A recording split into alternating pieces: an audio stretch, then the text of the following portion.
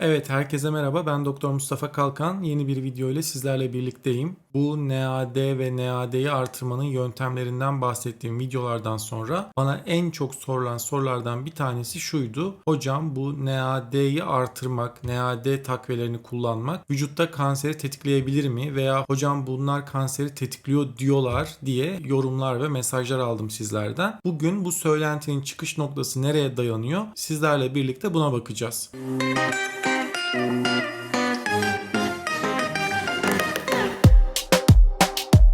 Şimdi her şeyden önce NAD bırakın kanseri tetiklemeyi, tam tersi vücutta DNA'yı onaran proteinlerin, yani sirtuin dediğimiz proteinlerin doğru çalışabilmesi için gerekli bir molekül. Her hücremizde her saniye görev alan, enerji üretiminden DNA tamirine kadar, antioksidan etkisinden dopamin gibi nörotransmitterlerin sentezlenmesine kadar birçok yerde ara molekül olarak görev almakta. Dolayısıyla mesela şu an bu telefondan veya etrafımdaki maruz kaldığım bir radyasyon nedeniyle mesela benim şu an bir DNA'm hatalı üretilebilir ve bu hatalı üretilen DNA'yı içeren hücre, bir hücre 2 olur, 4 olur, 8 olur, 16 olur, 32 olur. Böyle çoğalarak gider. En son 1 milyon, 2 milyon, 10 milyon hücre olduğunda biz elimize bir tane kitle geldi, bu ne acaba deyip böyle tümörün farkına varabiliriz. İşte bu ilk hatalı üretilen DNA'yı benim teorik olarak onarabiliyor olmam lazım. Bu onarabilme yeteneğim de vücuttaki NAD miktarıyla ilişkili. Bir kere en başta bunu söylemem lazım. Yani kanseri tetiklemeyi bırakın, tam tersi hatalı DNA'ları engelleyen bir molekülden bahsediyoruz. Bu kanser söylentilerinin temeli de 2023 yılında yayınlanan Marik ve arkadaşlarının yaptığı fareler üzerinde bir klinik çalışmaya dayanıyor. Bu çalışmada zaten meme kanseri hücreleri verilmiş farelerde ve bağışıklığı baskılanmış farelerde 10 tane fare olan gruba NR, nikotinamin ribozit molekülü veriyorlar. Bir gruba da hiçbir şey verilmiyor. Bu molekülün verildiği grupta 10 farenin 7'sinde kanser ilerlerken ve metastaz olurken, diğer grupta 9 farenin 5'inde tümör gelişiyor ve metastaz oluyor. İşte burada da NR verilen grupta bir tık daha fazla oransal olarak tümör geliştiği için aslında tırnak içinde bir tık tuzağı olarak NAT kanser yapıyor diye bu medyaya düştü. Halbuki çok küçük sayıda fareler üzerinde yapılan bir çalışma. 2. Aradaki fark istatistiki olarak anlamlı değil. 3. Farelere verilen ilaç dozları çok yüksek dozlarda. Zaten o dozlarda bir kullanım günümüzde söz konusu değil. Ve 4. Zaten bunlar tümör hücreleri enjekte edilen hayvanlar üzerinde yapılmış bir klinik çalışma. Dolayısıyla bu kadar soru işaretlerinin olduğu küçük bir hayvan çalışması grubundan bahsediyoruz.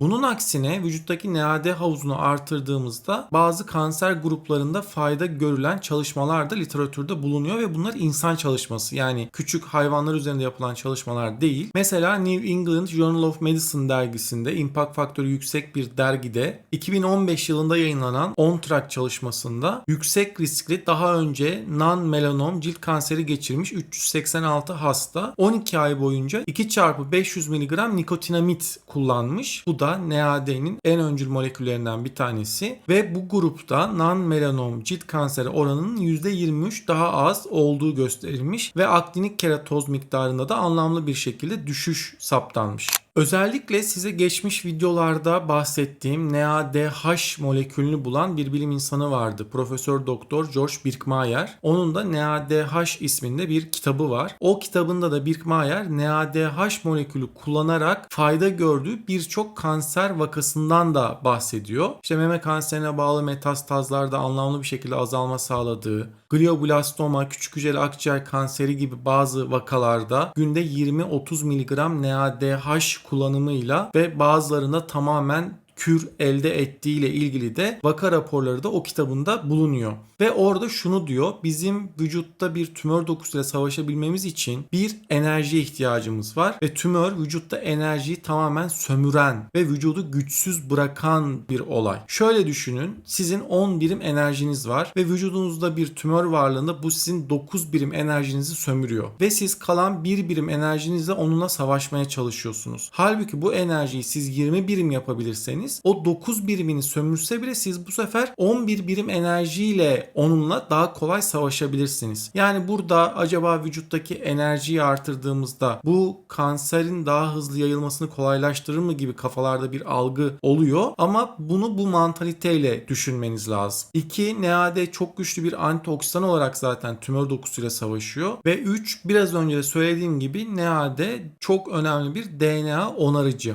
Şimdi bazı çalışmalarda da şunu göstermişler. Vücutta bir tümör dokusu varlığında tümör dokusu hayatta kalabilmek için nikotinamid fosforibozil transferaz dediğimiz bir enzim var. Bu enzim NAD öncüllerini kullanarak kendi hücresinde NAD miktarını artırmaya çalışıyor. Yani bu aktivitesi artan enzim öncüllerden NAD sentezlemeye çalışıyor. Bu doğrultuda NAD artırma yöntemleri olarak daha önceki videolarımda anlattım. Bir, öncülleri vermek bir yöntemdi biliyorsunuz. Bir de NADH vermek bir yöntemdi. NADH'ı neye benzetmiştik? Puan yüklenmiş bir kredi kartı demiştik ve ben bu puanları gidip direkt olarak ATP'ye çeviriyordum ve geride NAD kalıyordu ve vücutta bunu NAD havuzuna dahil ediyordu. Burada puan yüklenmiş kredi kartı olan NADH yöntemiyle vücuttan NAD miktarını artırmak bana göre daha akılcı bir yöntem. Ben bunu şuna benzetiyorum. Mesela siz işverensiniz, yanınızda çalışan birine kıyafet yardımı yapmak istiyorsunuz ve onunla sadece kıyafet alabilmesini istiyorsunuz. Siz ona kıyafet çeki verirseniz, sadece işte belli bir kıyafet mağazasına geçen kıyafet çeki verirseniz, o bununla sadece kıyafet alabilir. Ama siz ona para verirseniz, o bu parayı kıyafet dışında başka yerlerde de kullanabilir. İşte burada NADH vermek onu biraz daha sınırlıyor aslında. Yani ben ona diyorum ki sen git bu hidrojenlerle enerji üret ve sonrasında da kalan NAD'yi ister doku onarımında kullan, ister dopamin sentezlemede kullan, ister antioksidan olarak kullan, vücutta NAD olarak kullanacağın yerlerde kullan diyorum aslında. Bu anlamda bu bana daha akılcı bir yöntem olarak gelmekte. Birkmayer'de kitabında kanser konusunu bu şekilde anlatıyor.